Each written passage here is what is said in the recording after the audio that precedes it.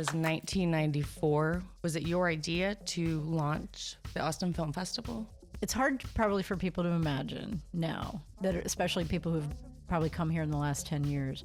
But this really was a small town not all that long ago, right? And in 93, I was working with musicians. You know, you couldn't go anywhere in this town without meeting a musician. It was kind of impossible because it was still a small town. And I started working with a few, and we put a tour on the road called Austin on the Road. It was singer-songwriters, and I had never done anything like that. I was financing people's radio and TV stations, you know, and it's financing equipment. I wasn't in the creative world. And it was just a kind of moment in time. And we put these Austin musicians on the road, and we sold out most of the shows, and it was really wonderful, successful.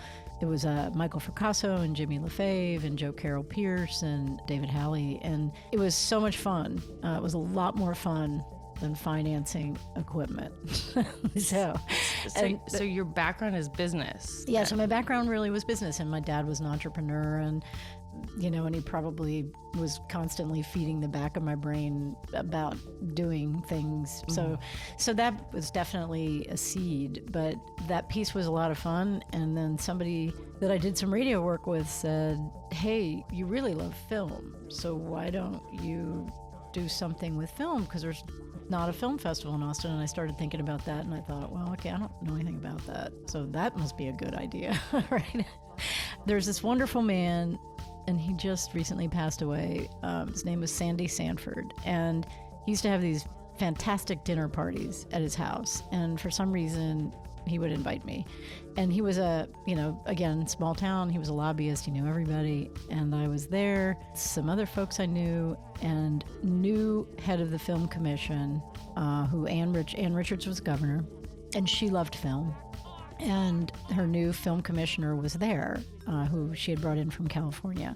Shout out to Ann Richards. Yes, shout out to Ann Richards for sure. And another, for sure, like original Texas boss lady, right? Yeah. So we were sitting around chatting, and I had a second glass of wine. Big mistake.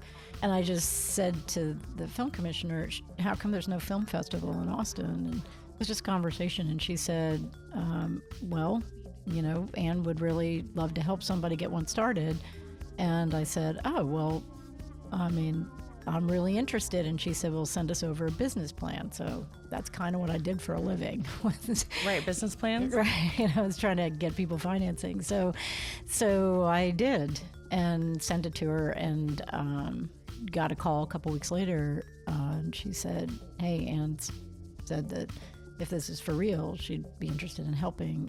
And so then I called a friend, Marsha Milam, and said, hey, she had a lot of experience doing promotions. And I thought, well, okay, she loves film too. So, and she had a lot of experience in music. And so we just kicked it off. And again, Austin was a small town, so there were a lot of things you could do. You know, you could talk to all kinds of people, and you could get in to see them. And we did get help from Ann's office, and the film commission for sure was really helpful. You know, and then somebody else, a man named Fred Miller, said one day, you know, nobody's doing anything for screenwriters. And we started looking into that. And in fact, I knew a couple of screenwriters because it was Austin, and there were a number of them living here. It was kind of a kismet moment, right? They were accessible. You know, I mean, people in Texas were accessible. It was hard in LA, right? Getting a hold of people because we were nobody. But in Texas, they were like, oh, cool, sure. You know, they took their phone calls. Yeah. Where are you from? I was born and raised in Philadelphia. But I've lived in a lot of places. My dad he had a lot of different businesses, and we moved around, and I came here to go to college. So at UT. At UT, yeah. What a time in Austin. Where are we at now? If we'd tried to start this 10 years ago, it'd probably be impossible, because the ability for us to run a business by the seat of our pants in the 90s was pretty great. And this wasn't the most philanthropic town. It was really difficult finding money, but we were lucky, right? And we found this niche that was the writer, and it just also turned out to be, sometimes when you find something and it's the thing for you, and I love writers. I mean, I love writers. And so that was, that was a kismet moment. And now we're certainly in a great place. I mean, we've done so many things. We got a lot of goodwill from those writers because Hollywood did not appreciate the writer in 1994 or 95 or 96, and maybe not even fully today. TV treats them like a king. In this screenplay world, not always so much. And so we really built an infrastructure to try to help people move forward. And to get a foot in the door. That's really kind of the heart of what our mission is. We have a TV show on PBS nationally called On Story, and it's on KUT as well, and it's a podcast series, and people can find it at onstory.tv. But we have a really great lineup this year. So very cool. Yep. So onstory.tv. Choco Barbara Morgan, she's the boss. We want to thank our incredible team here at Leftway Studios: Lisa McNally, Tori Amaya, Tim Curry, Benji Snyder, Jason Jenkins. I've been Kate the Great.